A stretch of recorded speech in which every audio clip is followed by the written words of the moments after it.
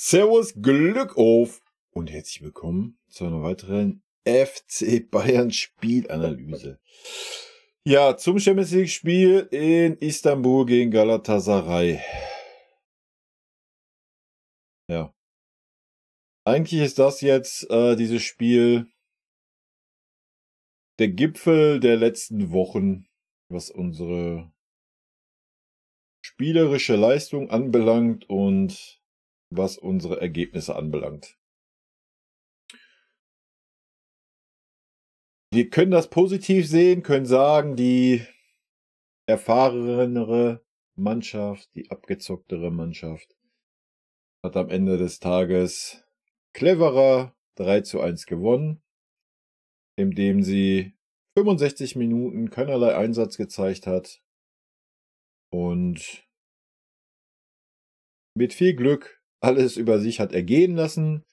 Und nachdem der Gegner dann nach 65 Minuten müde wurde, haben wir dann endlich mal ein klein wenig die Räume genutzt, die uns der Gegner 90 Minuten angeboten hat.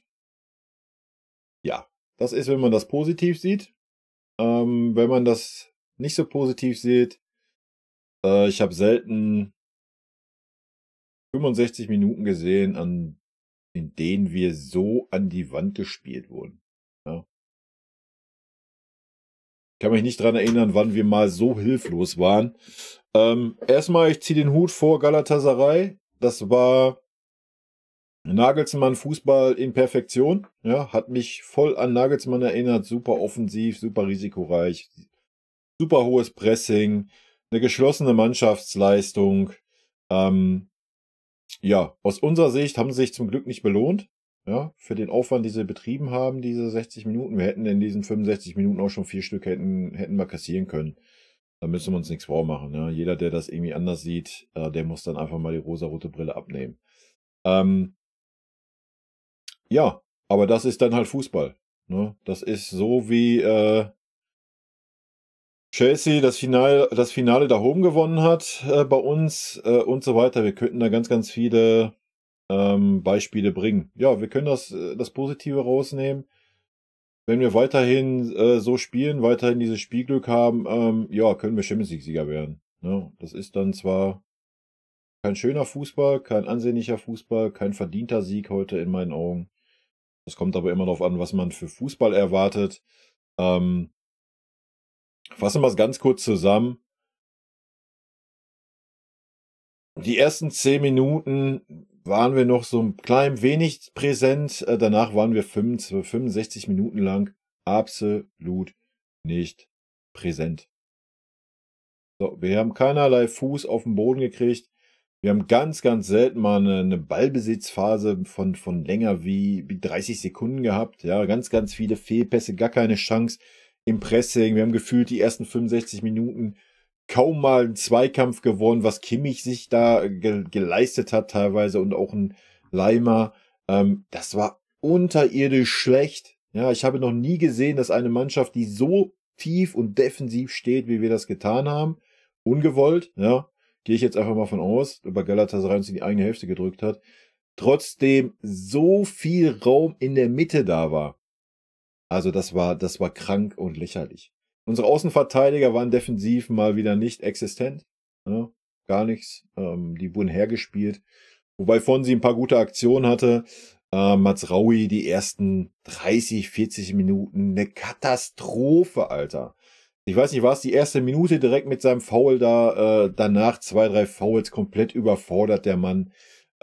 Umso länger das Spiel ging, umso besser wurde er. Ja, zum Ende, wo er dann ausgewechselt wurde, hat er mir ganz gut gefallen. Da war Galla aber auch schon tot. Ja, muss man fairerweise sagen, da war nicht schon platt. Aber davor vollkommen überfordert. Fairerweise muss man aber da mal ganz klar sagen, King hat wenigstens ein bisschen noch mit nach hinten gearbeitet. Sané hat das einfach ganz sein lassen. Ja, also Sané war heute wieder eine Katastrophe. Eine absolute Katastrophe. Aber da kommen wir gleich mal dazu, wenn wir auf die einzelnen Spieler drauf eingehen. Ich setze mich nicht hier hin und sage, das war ein verdienter Sieg, auf gar keinen Fall. Das könnt ihr verknickern, Leute. Ja, das ist Fußball, haben wir auch schon oft genug gegen uns erlebt, ja, dass nicht die bessere Mannschaft gewinnt. Wir waren heute definitiv nicht die bessere Mannschaft. Fußballerisch war das heute Katastrophe, ja. Auch gerade in diesen Phasen, ähm, wo wir hinten reingedrückt wurden von Galatasaray. Die haben uns so viel Raum angeboten. So viel Raum. Ja, da ist ein Leroy, da ist ein Musiala und da ist ein King. So, die sind alle schnell wie ein Pfeil. Und wir kriegen es nicht hin, einfach mal einen Ball in die verkackte Tiefe zu spielen.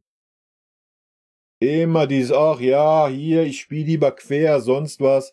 Ja, dann wurde ab und wann dann mal der Ball auf dem Harry Kane versucht. Der hat dann mit dem Kopf auch 2, 3 Mal ablegen können. Dann ist der Spieler gar nicht eingelaufen. Ich weiß nicht, ob das eine taktische Anweisung war. Lass uns erstmal irgendwie tief stehen und gucken, was so passiert. Es war grausam, sich anzugucken. Ja, das war heute nicht FC Bayern würdig. So, Punkt. Die ersten 65 Minuten war das nicht Bayern würdig. Galatasaray hat super gespielt, nochmal. Und ziehe ich den Hut vor. Selten eine Mannschaft gesehen, die so offensiv gegen uns agiert. Klar, das Stadion hat mit reingespielt, da müssen wir nicht drüber reden. Super Atmosphäre. Was ich dann ein bisschen komisch fand, dass das Stadion dann nach der 70. Minute irgendwie nach dem 1:2 fast tot war. Ja. Also ich denke, da ist noch ein bisschen Verbesserungspotenzial da. Da muss man die Mannschaft halt einfach nochmal richtig Vollgas geben, dann wäre vielleicht mal was gegangen. Ja, so wurden sie nicht mehr getragen von der Atmosphäre und die Kräfte waren weg, das hat man gesehen. Dann haben wir die Ballbesitzphasen gehabt, das, was wir können. Ja. Die Räume waren immer noch da, auch wenn Galatasaray dann kräftemäßig ein bisschen tiefer stand. Trotzdem waren Riesenräume da, die wir hätten viel, viel besser bespielen müssen. Aber das können wir nicht, weil wir keinen Kombinationsfußball spielen. Irgendwann haben sich dann Harry Kane und Jamal Musiala mal gedacht, weißt du was, komm, lass uns beide doch mal versuchen, hier ein bisschen Kombinationsfußball zu spielen. Und dann haben wir 2 Tore gemacht. Der Fußball, den wir spielen, ist gerade wirklich, wirklich grausam. Aber, ja, ich weiß, 80% der Fans ist das eh scheißegal. Hauptsache die Ergebnisse stimmen. Alles gut. Haben wir in den letzten beiden Streams ausführlich besprochen. Das muss jeder für sich sehen. Keine Ahnung. Also heute hat das echt so die Krone auf den letzten Leistungen, die letzten Wochen aufgesetzt. Dass wir das Spiel gewonnen haben, ist eigentlich ein absoluter Witz. Aber ja, das ist Fußball. Da gewinnt nun mal nicht immer die bessere Mannschaft. Das war heute auf jeden Fall 65 Minuten lang Galatasaray. Aber ein Spiel geht halt auch einfach 90 Minuten. Und ja, dann haben wir es clever zu Ende gespielt. Ne? Haben aber natürlich vorher ganz, ganz, ganz viel Glück gehabt. Muss man einfach so sagen. Aber gut. Am Ende des Tages 3-1 gewonnen. Wir haben 9 Punkte in der Gruppenphase. Damit ist das Thema durch. Ja. Das Rückspiel, wenn Galatasaray so ein Rückspiel spielt. Auch so die ersten 15, 20 Minuten, 30 Minuten, die sind so wild angelaufen. Du hättest einfach mal ein bisschen Ruhe reinbringen müssen. Ja, da waren Kimmich heute maßlos überfordert. Einfach mal ein bisschen Ruhe reinbringen, dann einfach mal 1, 2 gezielte Pässe in die Tiefe. Und dann hätte es schon 2-3-0 für uns gestanden. Also Galatasaray hat uns so viele Räume angeboten. Aber wir haben direkt jeden Ball immer wieder hergeschenkt. Wir haben es nicht geschafft, mal einmal ein bisschen Ruhe reinzugehen. Natürlich auch Galatasaray geschuldet, dass sie immer hoch gepresst haben, hoch angelaufen sind, immer Stress gemacht haben, immer Trouble, dass wir keine Ruhe hatten. Aber da hat einfach dann mal so ein Leader-Typ gefehlt. Ja. Der Einzige, der ein bisschen auf der Höhe war für mich De Ligt. Ja, nicht nur, weil ich ihn mag, er war auf jeden Fall heute defensiv einer, der da noch ein bisschen was zusammengehalten hat. Minjay war teilweise auch extrem überfordert. Ja. Von Davis, der ein klein bisschen zwischendurch mal gezeigt hat, dass er defensiv auch ein bisschen was kann. Ja. War ein klein bisschen verbessert im Gegensatz zu Mainz, aber im Großen und Ganzen war das defensiv halt auch zu wenig. Und Mazraoui, habe ich schon gesagt, das war die erste halbe Stunde, 35 Minuten. eine Katastrophe. Der war so überfordert, der Mann.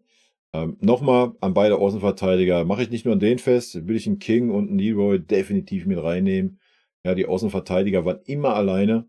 Die waren ganz, ganz selten mal, dass es mal ausgeglichen war. Die waren immer gegen 2. King hat dann irgendwann so ab der 30. Minute gefühlt oder 35 Minute hat er ein bisschen mehr mit nach hinten gemacht. Leroy hat das einfach nicht interessiert. Dafür hat es Davis dann ganz gut gemacht, aber dafür ist ein Leimer öfters rausgerückt. Dann war ein Riesenloch in der Mitte. Kimmich war unterirdisch die ersten 65 Minuten, ja. Nicht nur den Elfer, warum er da reingrätscht. Min-Jae stand direkt am Gegenspieler. Er grätscht da rein, als gäbe es keinen Morgen. Dann noch der Ballverlust, ja. Diese Riesenchance da. Also, Kimmich war Katastrophe. Katastrophe heute. Ganz, ganz wild. Ich habe auch nicht verstanden, warum wir auf einer Höhe gespielt haben. So die Spiele, wo Kimmich den alleinigen Sechser gegeben hat. Das war gegen Bochum, das war auch jetzt gegen Mainz. Hat das gut gemacht. Ja, hat das wirklich gut gemacht. Warum heute dann diese komische Doppel-6 oder Doppel-8, wie immer ihr das nennen wollt, mit dem Leimer auf eine Linie, gerade in der Anfangsphase, habe ich nicht verstanden. Ganz, ganz wild. Ja, bevor wir jetzt auf die einzelnen Spieler gehen, bester Mann heute auf dem Platz, für mich der Schiedsrichter. Abgesehen von einer gelben Karte, die er noch hätte mehr zeigen müssen für Galla. War er der unaufgeregteste, ganz souverän, hat mir sehr gut gefallen, gute Körpersprache. Auch wenn Kimmich da sich irgendwie 5 Minuten beschwert hat, wenn man da so reingrätscht, Alter, im eigenen 16er, also dann ist man auch von allen guten Geistern verlassen. Schmeißen wir kurz einen Blick auf die Statistiken. Leider gibt's die nur auf livescore.com heute, auf der Bayern-Seite ist nichts. Leider ist ja auch keine Zweikampfstatistik, zumindest habe ich sie gerade nicht gesehen, wir gucken nochmal durch. Also Schüsse aufs Tor, 4 für Galla, 6 für uns, Schüsse neben das Tor, 10 für Galla, 6 für uns, Blockage-Schüsse, ja, 6-2, wenn ihr auf sowas steht. Ballbesitz 50-50, aber auch nur aufgrund der letzten 25 Minuten. Ecken 5-6, unsere Ecken waren wieder maßlos katastrophal. 3-mal Abseits, 3-mal Leroy, der, habe ich gerade schon gesagt, null Bock hatte. Ja, Einwürfe, gelbe Karten, 2, 3, ja, und so weiter. Leider keine Zweikampfstatistik. Ich glaube, da wären wir ganz, ganz weit hinten. Ja? Gerade so die erste Halbzeit haben wir gefühlt keine Zweikämpfe gewonnen. Alter. Aber gut. Am Ende des Tages haben wir 3-1 gewonnen. Das Ergebnis spricht für uns. Das ist aber auch heute wirklich das Einzige, was für uns spricht. Ja, das muss man mal ganz klar heute so sagen.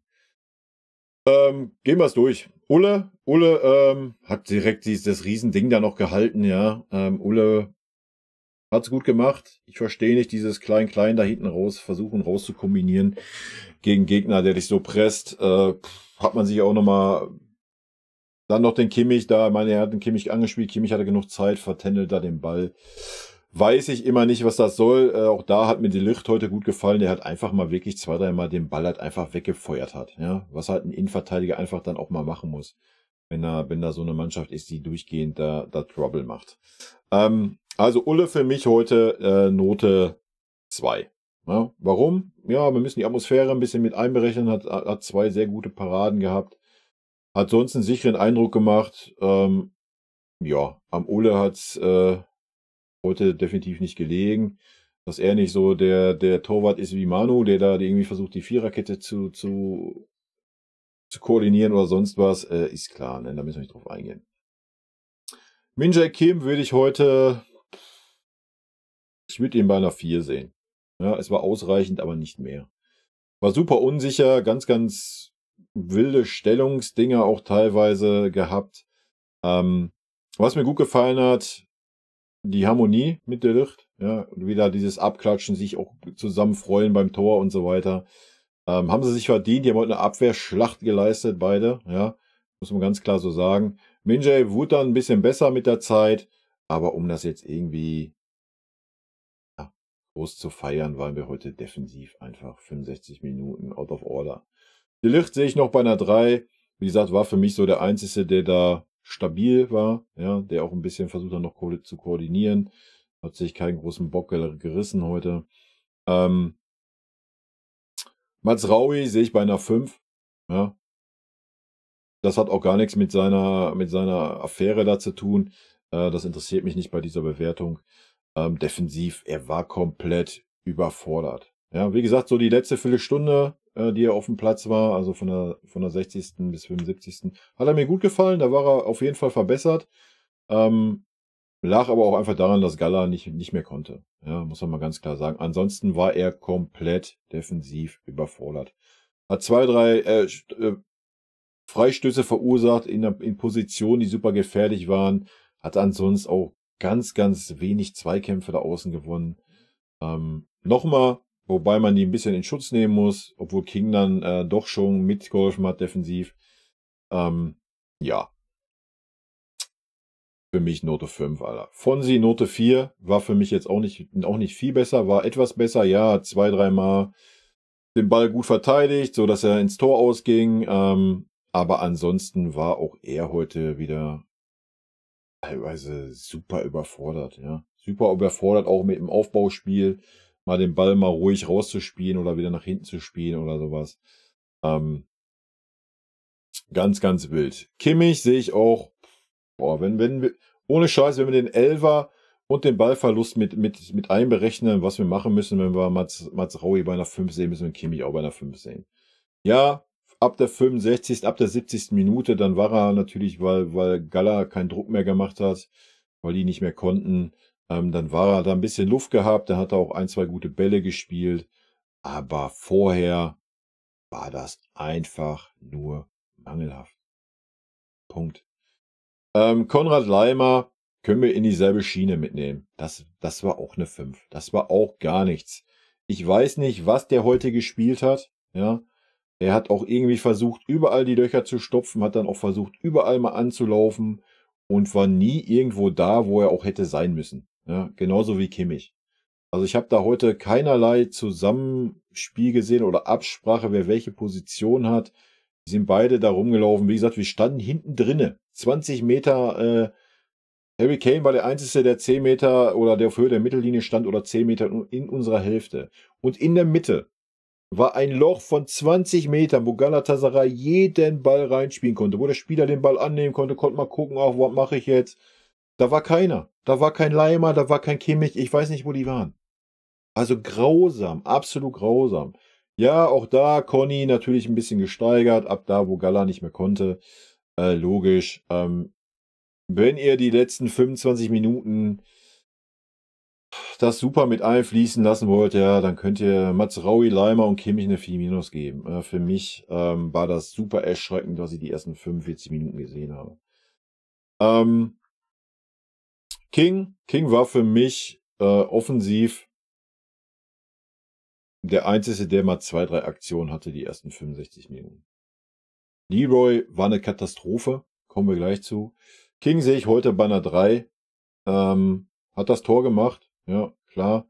Hat aber auch zweimal oder einmal auf jeden Fall Harry Kane komplett ignoriert. Als wäre der gar nicht da, als wäre der Luft. Der hat mir heute so leid getan, der Typ. Ich war so froh, dass er noch ein Tor gemacht hat.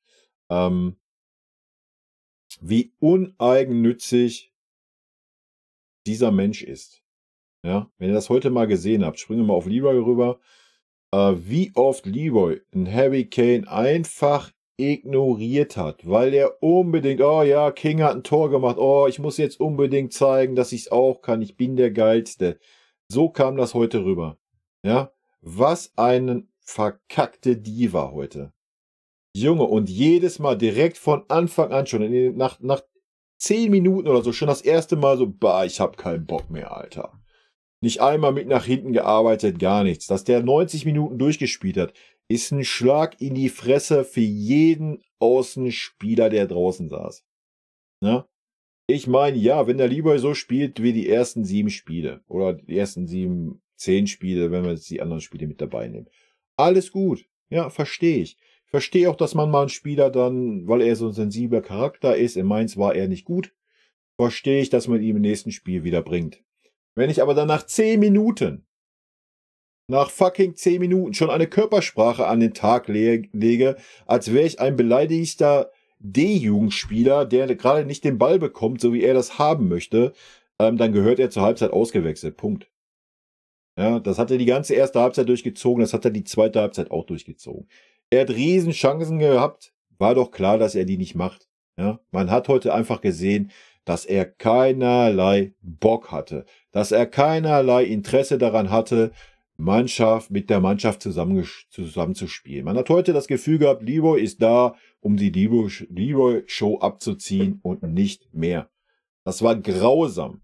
Das war wirklich grausam. Wie oft ein Harry Kane da stand, gezeigt hat, die Hände auf den Kopf geschlagen hat der Leroy noch nicht mal zum Blick gewürdigt. Und was macht der Harry Kane? Er setzt Leroy 3 oder 4 Mal in Szene. Ist ihm scheißegal. Das musst du dir mal reintun. Das ist Harry Kane, Alter. Also Leroy für mich heute Note 5, ja, um es kurz zu machen. Für mich auch heute der schlechteste Spieler bei uns. War der Spieler, der null Gegenwehr hatte. Ja, wenn er eingesetzt wurde von Harry Kane nach vorne, dann hat er was versucht, ja. Aber er hat heute keinerlei Überzeugung ausgestrahlt, ja.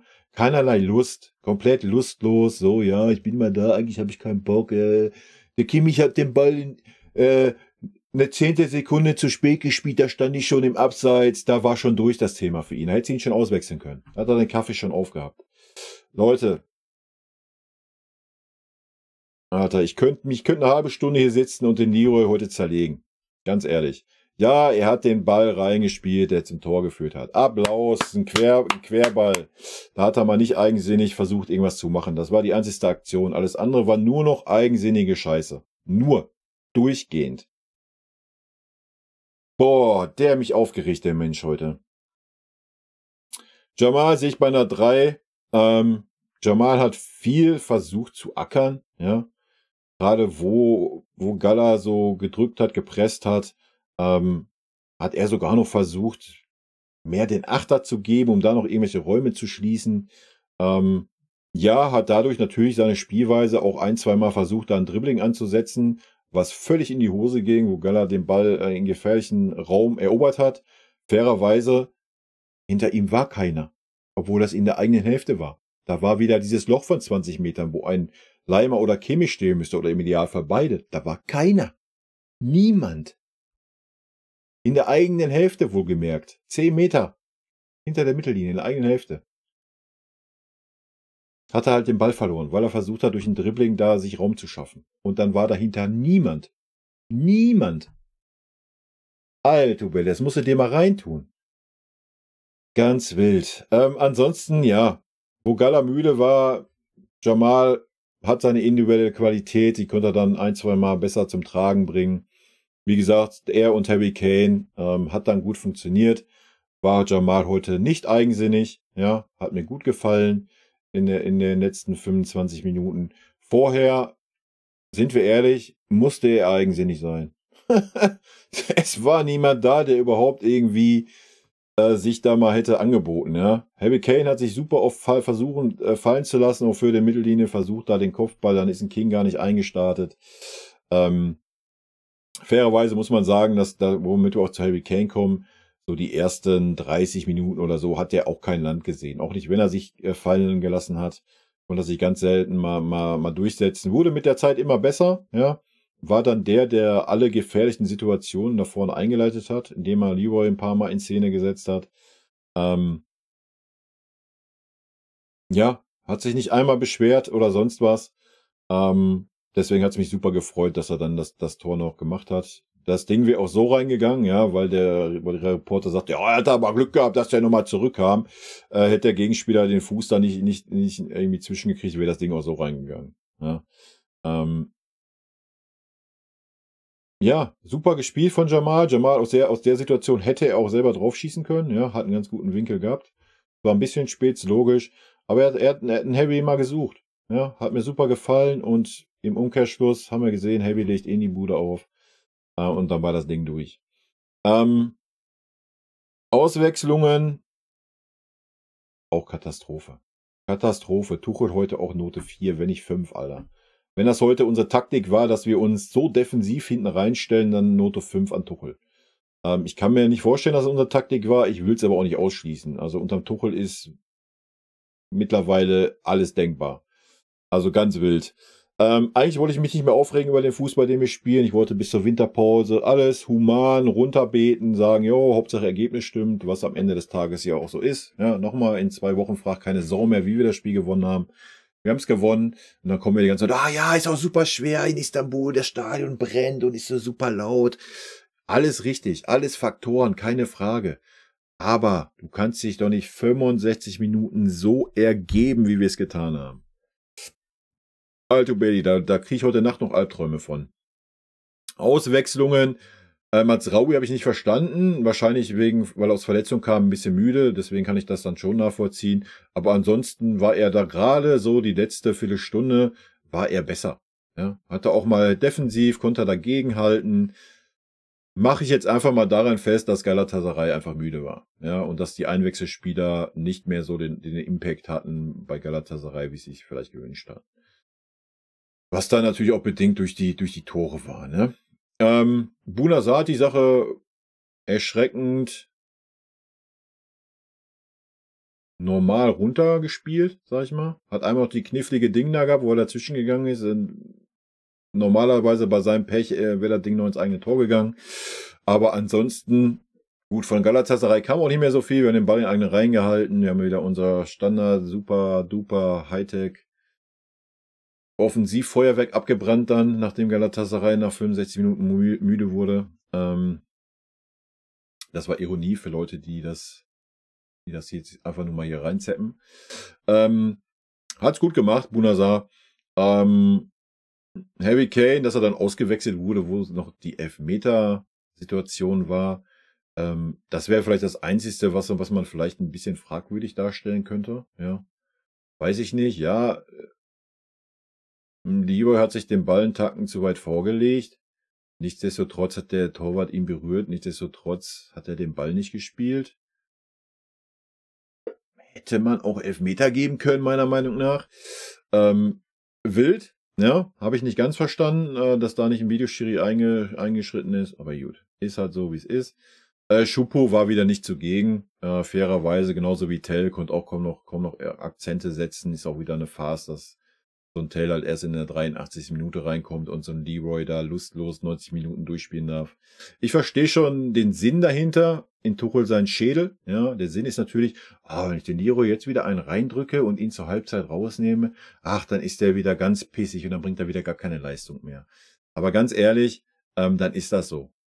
Ja, dann ist das so. Man kann so einen Spieler nicht 2 Spiele hintereinander durchziehen, Alter. Und schon gar nicht in einem Spiel gegen Galatasaray. Wie gesagt, er war defensiv nicht vorhanden. Junge, Alter. Ja, Wechsel.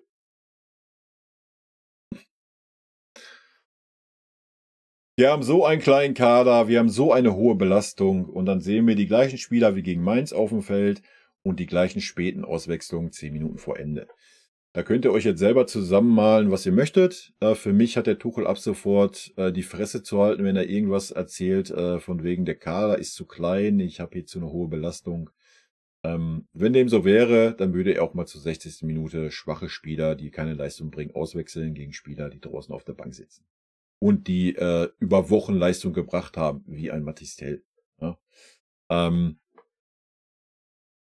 Also, da möchte ich in dieser Sache möchte ich vom Tuchel nichts mehr hören. Das ist nicht mehr glaubwürdig, was er da erzählt. Ich habe das schon mit meinem Spiel gesagt, da habe ich gesagt, ja gut, wenn man das so macht, dann die Spieler, die draußen waren, gegen Galatasaray aufstellt, weil die frischer sind, ist das ein Argument. Genau das Gegenteil hat er gemacht, wie ich es mir gedacht habe. Deswegen habe ich schon gegen Mainz kritisiert und kritisiere es jetzt hier wieder. Man hätte auch, wir müssen gar nicht uns auf den Tell festlegen, man hätte auch Müller bringen können. Ja? Ich denke, Müller hätte der Mannschaft gerade auch in dieser, das war ja auch der Taktikfuchs bei mir, warum ich gesagt habe, ich würde mit Müller anfangen. Es war klar, dass Gala Feuer gibt, ja, mit dem Stahl im Rücken. Und da ist so Müller einfach ein abgewichster Hund. Ja, der hat so viel erlebt, das wäre halt einfach die bessere Wahl gewesen. Ob das irgendwie einen Impact gehabt hätte, ja, hätte Fahrradkette, wissen wir alle nicht. Aber es wäre auf jeden Fall die bessere Wahl gewesen. Und wenn du Leroy draußen gelassen hättest, wenn du unbedingt einen Jamal mit auf dem Feld haben wolltest, wegen der Ballsicherheit oder sowas, Aber gut, war da nicht der Fall, kam dann später auch nicht mehr. Schwierig. Wie gesagt, Leroy war für mich ein Totalausfall. Da hättest du mit Sicherheit einen Müller bringen können, einen Tell bringen können. Selbst einen Schuppo hätte bringen können, auch wenn der auch nicht wirklich irgendwie performt. Ja. Aber da hätte man einfach mal irgendwas ändern müssen auf der Position. Also ganz wild. Ja, das war das Spiel gegen Galatasaray, Leute. 3-1 gewonnen. Das ist das Positive, was wir mitnehmen. Nochmal, mein erster Satz vom Anfang. Ich habe heute Tuchel-Fußball auf dem Höhepunkt der letzten Wochen gesehen. Die Frage ist nur noch, wann das kippt. Ja, heute war eigentlich schon der Zeitpunkt, wo es hätte kippen müssen. Gala hätte 3, 4 Hütten machen können in der ersten Halbzeit. Ja. Und dann wären wir nicht mehr zurückgekommen. Selbst wenn Gala da müde geworden wäre ab der 65. Minute, das kann ich mir nicht vorstellen. Ja, die nächsten Gegner haben vielleicht nicht das Niveau, dass die Sache kippt. Spätestens Dortmund ist auf jeden Fall ein Spiel, wo die Sache kippen kann. Ja.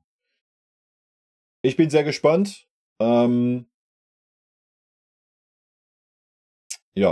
keine Ahnung. Aktuell nehmen wir das Ergebnis mit. Das ist so das Dingen.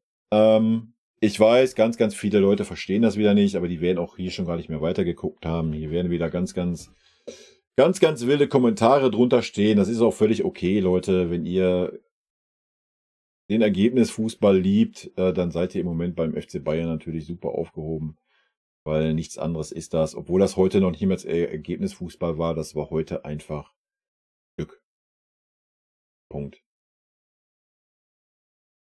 Gut, das war's. Rot-weiße Grüße gehen raus. Ich bin Donnerstag 18 Uhr live auf Twitch. Ich weiß noch nicht, vielleicht machen wir die erste halbe Stunde so ein kleinen Recap zu dem Champions League Spiel. Ich denke, nach der Leistung wird das nötig sein. Danach gucken wir die Doku, die ersten 2 oder 3 Folgen von Amazon Prime. Könnt ihr leider nur schauen, wenn ihr selber Amazon Prime habt. Sonst könnt ihr euch das nicht mit anschauen im Stream. Aber wer da Interesse dran hat, ihr seid herzlich eingeladen. Ja, ansonsten nächste Woche Montag bin ich dann wieder live auf Twitch ab 18 Uhr. Dann werden wir mit Sicherheit nochmal einen Rückblick auf das Spiel auch gegen Galatasaray werfen. Gut, jetzt bin ich gespannt, was der Tuchel zu erzählen hat in der PK. Ich denke, da werden wir dann schon heraushören können, ob das Taktik war, dass wir so defensiv begonnen haben und dass wir eine Halbzeit lang defensiv reingedrückt wurden. Kann ich mir nicht vorstellen. Ich kann mir schon vorstellen, so die erste Viertelstunde wollte man ein bisschen defensiver stehen, das glaube ich schon. Ja, ich bin sehr gespannt, was Herr Tuchel zu erzählen hat. Argumente sind alle auf seiner Seite. Er hat 3-1 gewonnen, wie die ganzen letzten Wochen. Aber heute war das für mich nochmal so das Krönchen obendrauf. Also das war heute wirklich wild. Vom Leistungsvermögen her. Gut. Rot-weiße Grüße gehen raus, Leute. Wir sehen uns, wer Bock hat, Donnerstag 18 Uhr auf Twitch. Tschüssi.